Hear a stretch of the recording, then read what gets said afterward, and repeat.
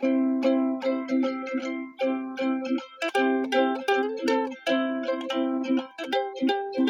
9. Their third day continues. Kruger had offered to give them a ride on Tony's cart this time to a neighboring beach they'd not played at yet. He had to pick up some supplies as well as meet up with their father for a drink in the village anyway. Along the way, they passed Dad sitting with the monk having a drink together at an umbrella-covered table outside the cafe. Large Marge was also there, resting all over her battery-powered electric convenience vehicle, engorging herself on 3 large steak and kidney pies, 2 bowls of greasy onion rings, a tall glass of toxic iron brew, and 2 plates of chocolate torte cheesecake with extra fake whipped cream. Dad, adorned with sun hat, and the monk in black robe, raised their glasses to Kruger as they rolled on by. The kids stood up and waved too, and then lost their balance, collapsing all over each other in a heap of giggles. The cart, jerking to and fro, carried them onwards to the coast. "Bye! Have fun talking boring stuff," Tarzan hollered back. Smothered by the other 2, his cheeky words were nowhere near to reaching their adult ears. Hugo, atop the squirming mound, leaned up on one elbow and mocked, "Hi, I'm a grown-up. Let's talk about politics." Melody giggled again as his younger brother raised a full glass of vino to his lips. "Snoring," laughed Tarzan in agreement. The only adult in their midst continued to lead Tony the pony from the front, a hint of amusement crossing his face. Back at the cafe, Marge, with grease-stained whiskers, was lost in an oblivion of deep-fried delight. Kruger, eager to associate with members nearer his own generation, had left the juveniles running along a beautiful sandy beach as promised. The tide had been out for hours and the sand was soft and comforting. The kids used their feet to kick paths in the sand, making attempted labyrinths and other sloppy designs.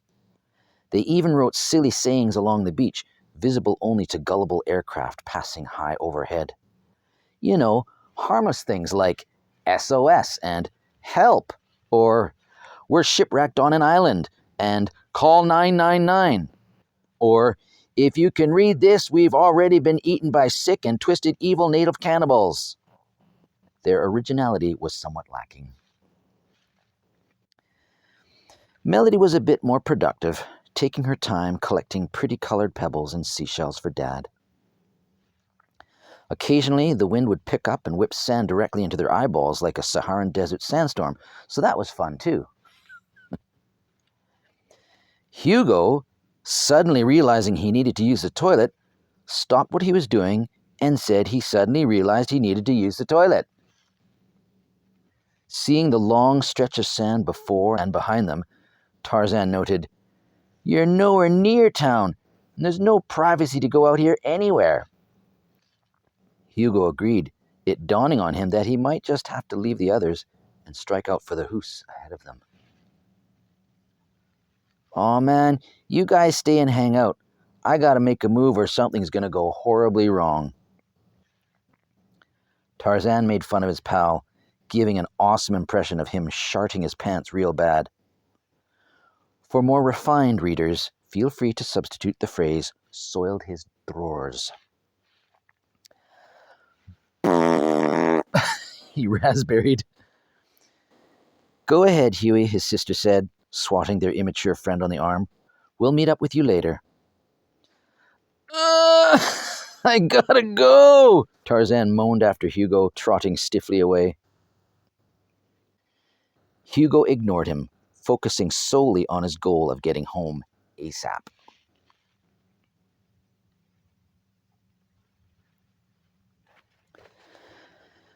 Cutting across an unused tract of land, Mel and Tar took their time, picking their way through knee-high patches of brown, stumbly heather sprouting through piled blankets of spongy, yellowy-green moss.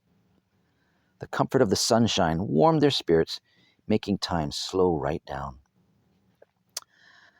Ah, this is what summer holidays are all about.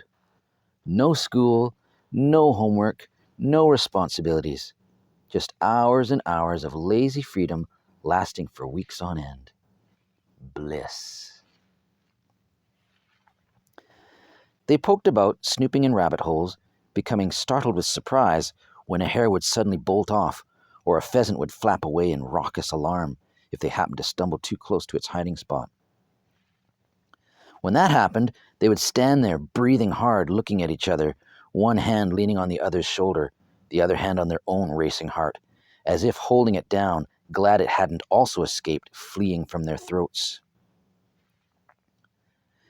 Bent over, Tarzan noticed something embedded in the dirt. It appeared to be a small skeleton of some sort. There were glossy yellow bones peering up from the soil, but there was something a bit odd about them. "Hey, Mel, what do you make of this?" At risk of putting a trained archaeologist out of work, Melody carefully brushed the dirt away with her fingers. Unearthing the find, they both knelt down to examine it closer. It turned out not to be a real skeleton.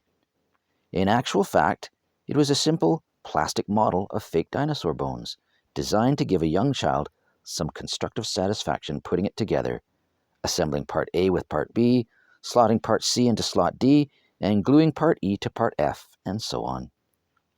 Someone must have lost their toy while playing with it outside.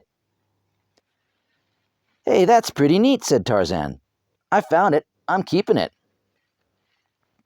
Tarzan attempted to pick up the toy, but the harsh outdoor elements had done a number on the lost model, the pieces having become unglued and falling apart in his hands. Disappointed, he salvaged the plastic skull from the ground and stuck it in his pocket. That was the coolest part anyway. They carried on, leaving the manufactured ribs and limbs to suffer further at the hands of the impartial outdoors. After a short while of being lost in thought, Tarzan asked, "What do you think of the monk?" "I think he's nice," Melody offered. "Yeah, but how can you be a nice person if you teach people lies?" he insisted. "What do you mean?" She looked over at him. "Well, at school, they teach us about evolution. But religion teaches about God. How is that being nice if you're pushing people to believe something that's not true?" "Well," Melody slowed down a bit, "my dad said that when he was a boy, they taught evolution as a theory. Back then it was called the theory of evolution. Then at some point, when he was all grown up, he's not really sure when, he noticed schools started assuming..." Melody has a lisp. No, she has a broken tooth. Then at some point, when he was all grown up, he's not really sure when, he noticed schools started assuming and teaching it as fact. Whereas when he was young, certain scientists claimed to be searching for a missing link, and that would prove evolution. Dad said he was no scientist, but he's not really sure they ever did discover any clinching evidence to start claiming evolution as fact. Although he does know for certain that the more and more scientists today do discover, they are finding out that everything around us and inside us is infinitely more complex than they'd ever thought to begin with. "You're using big words," Tarzan said, unimpressed. Melody paused, unperturbed, balancing on a rock with 2 arms out and 1 toe in the air. "And the more intricately and delicately balanced they discover the universe is, the more unrealistic it is that we're all just an accident.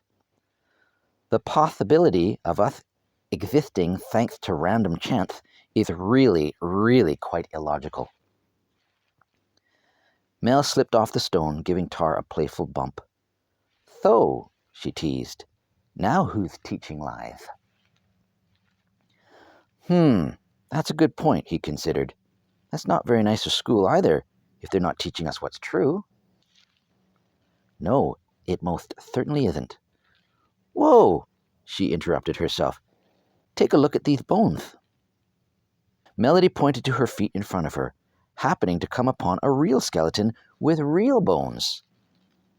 I think it's a rabbit or a hare. What a neat coincidence. A complete skeleton with bleached skull, ribs, long spinal column, pelvic bone, and legs lay curled on its side on the ground. Isn't it amazing how perfectly shaped each tiny component is? Designed to fit one piece connected to the other? Not accidentally either, but with the purpose of fulfilling a specific mechanical function. This skeleton is far more intricate than that model dinosaur we found back there. Then, gesturing to Tar's pocket, let's see that skull you saved and compare the two. Tar reached into his pocket and brought out the model skull, holding it out on his palm for scrutiny. It's merely a molded piece of plastic, Mel stated the obvious, while this rabbit skull has amazingly detailed cranial sutures and a labyrinth of cavities, all for a purpose. Cranial what? Sutures. Cranial sutures. It's a biology thing. We know very well that that plastic model back there did not evolve, never would and never could, even if we gave it millions of years. We would bet money on it. You mean gamble, Tarzan offered, trying to keep up. Exactly. If I were to try and get you to make a bet with me that in a few million years, that toy model would evolve from nothing, and if you won, I'd give you 20 quid, but if I won, you'd owe me 20 quid, you would say, no way.